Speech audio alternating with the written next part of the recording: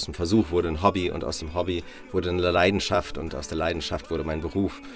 Und warum nicht so ein tiefes Gefühl in mir ist, dass ich erfolgreich sein will. Erfolgreich im Sinne von auf große Bühnen zu gehen und vor vielen Menschen zu spielen. Und weil ich bin einfach ganz fest davon überzeugt, dass jeder Mensch toll in sich ist, so wie er ist und einfach nur es lernen muss und entdecken muss, was es ist, was ihn ausmacht.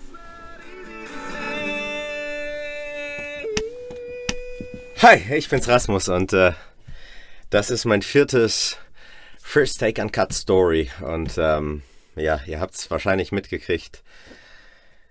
Manchmal, ja, aber Full Transparency, ich habe überlegt, nachdem ich vergessen hatte, bei dem ersten Take auf Aufnahme zu drücken, damit das Mikrofon auch alles schön aufnimmt, habe ich den Song noch ein zweites Mal gespielt und habe es ordentlich aufgenommen, habe mich dann aber dazu entschieden, scheiß auf Sound, scheiß auf alles, ich nehme einfach den Sound von der Kamera und versuche ihn irgendwie halbwegs zu retten und so habt ihr dann trotzdem First Take Uncut, weil es steht über allem und deshalb lieber ein schlechter Sound, aber der erste Take als irgendwas Gecheatetes. Also von daher First Take Uncut.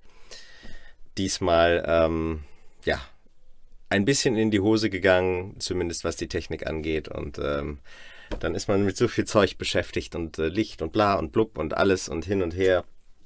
Und dann habe ich auch noch irgendwie versucht, dass ich das mit dem Fokus hinkriege, dann über HDMI auf den Laptop und dass ich das sehe und das sind alles so Sachen, die ich jetzt irgendwie heute neu gemacht habe und dann habe ich es tatsächlich einfach vergessen. Naja, gut, so ist es normal und das, was ihr letzten Sonntag bekommen habt in dieser Raw-Version, eigentlich passt es auch, dass es vom Sound nicht so gut ist wie vielleicht der Rest. An Evening. Und An Evening ist mein Song über die Straßenmusik. Und wenn man den Song hört, könnte man natürlich meinen, Straßenmusik, ist das sowas Trauriges oder was Melancholisches? In der Regel nicht. Und ich mache das mittlerweile seit 24 Jahren und es ist mein großer Inhalt des Musikmachens, weil ich liebe es einfach auf der Straße zu sein. Ich liebe es da draußen zu sein, bei den echten Menschen, mit den Menschen auf Augenhöhe. Und in 99% der Fälle ist es eine gute Sache. Es ist positiv, bin ich gut gelaunt. Diesen Song, den habe ich damals geschrieben, das ist auch schon wieder bestimmt 20 Jahre her. Eben an einem der wenigen Tage, wo dann doch mal ein bisschen der Blues durchkam. Und vielleicht ist das auch der Grund, warum ich tendenziell immer noch so viele Coversongs spiele. Nicht nur, weil ich die Coversongs tatsächlich auch wirklich, wirklich mag und gerne spiele. Aber letzten Endes ist es halt so, ich schreibe viel zu wenig neue Songs. Und ich habe vielleicht ein Repertoire von, sagen wir mal, 15 bis 20 Songs. Davon sind irgendwie so 14, 15 so, dass ich sie wirklich gerne spiele auch. Und das ist halt einfach für so ein ganzes Set am Ende auch zu wenig. Und ich habe so ein bisschen die Vermutung, dass das ein bisschen daran liegt, dass ich tendenziell ein gut gelaunter, positiv denkender Mensch bin und die Singer-Songwriter und so, die immer, wenn die Muse kommt und wenn man einen Song schreibt, so aus dem Impuls heraus, aus dem, was einen gerade bewegt, dann ist es in der Regel etwas, was passiert, wenn man eher vielleicht mal nicht so gut drauf ist. Und insofern möchte ich mich nicht beschweren und dass es mir unterm Strich wirklich so gut geht. Und ich trotz alledem in dem Falle diesen Song über die Straßenmusik damals ein wenig melancholisch gemacht habe. Und vielleicht nehme ich das einfach mal zum Anlass, ein bisschen noch über diese gesamte Straßenmusik zu reden und vielleicht auch mal so ein bisschen meine Gedanken dazu zu teilen, warum ich mich entschieden habe, jetzt auch das im Internet zu machen und in die digitale Welt zu bringen. Und ich habe viele, viele Jahre mit mir gerungen. Ich habe irgendwann mal angefangen, so mit so 18, 19, mich auf die Straße zu stellen, Straßenmusik zu machen. Das wurde aus einem Hobby, aus dem Versuch wurde ein Hobby und aus dem Hobby wurde eine Leidenschaft und aus der Leidenschaft wurde mein Beruf.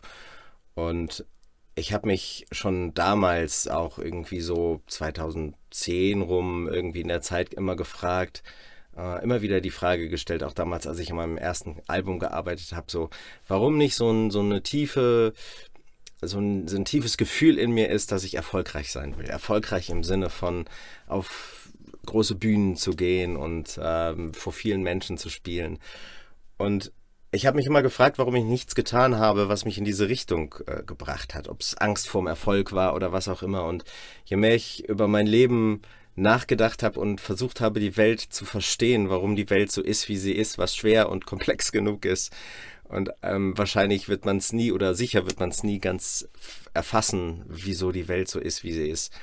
Aber eins habe ich irgendwann festgestellt, dass Menschen sich dazu neigen, klein zu machen. Und ich glaube, wenn Menschen sich vor anderen klein machen, kleiner als sie eigentlich sind, ist es nichts Gutes. Denn das macht sie schwach und das macht sie anfällig für Menschen, die irgendetwas erzählen, was man vielleicht besser nicht machen sollte. Ja, egal, ob es irgendein scheiß Produkt ist, was man dann am Ende kauft, oder ob am Ende irgendwie das im ganz Großen aufgezogen dann in irgendwelchen großen gesellschaftlichen Krisen endet. Und ich habe irgendwann herausgefunden, dass es so zu sein scheint, dass sehr, sehr viele Menschen diese Tendenz haben, einfach sich dem anzuschließen, was irgendwelche Leute sagen, die bekannt sind, die auf der Bühne stehen, die laut sind.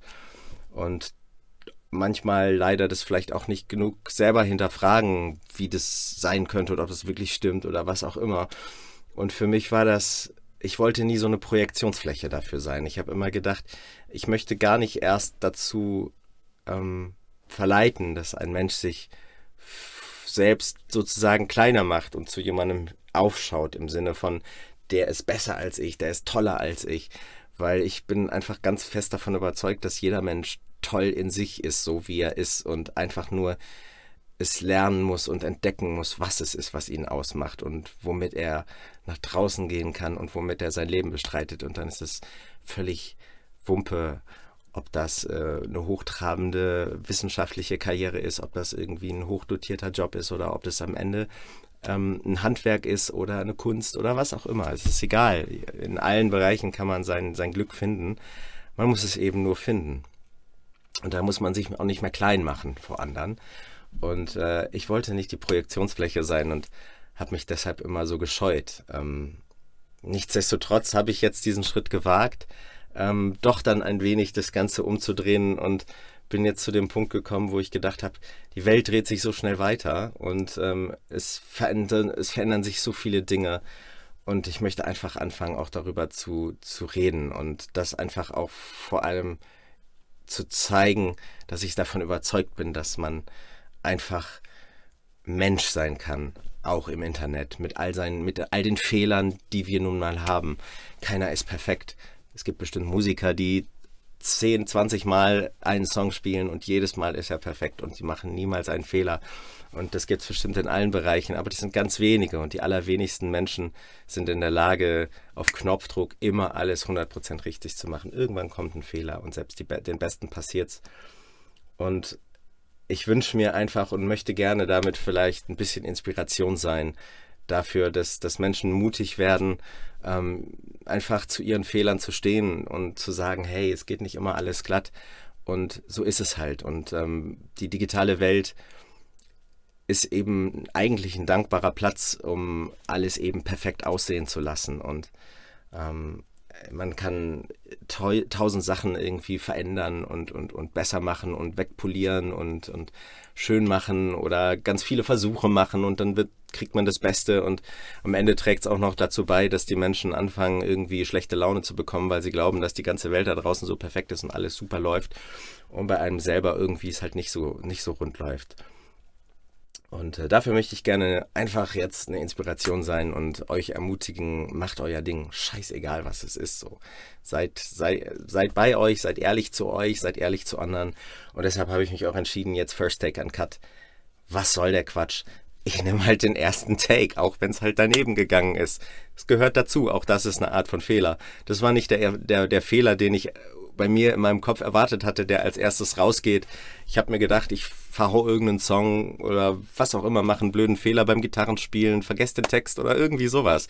Dass das mein erster Fehler sein würde, der dann das erste Mal im First Take Uncut eben das dokumentiert, dass es nicht immer glatt läuft.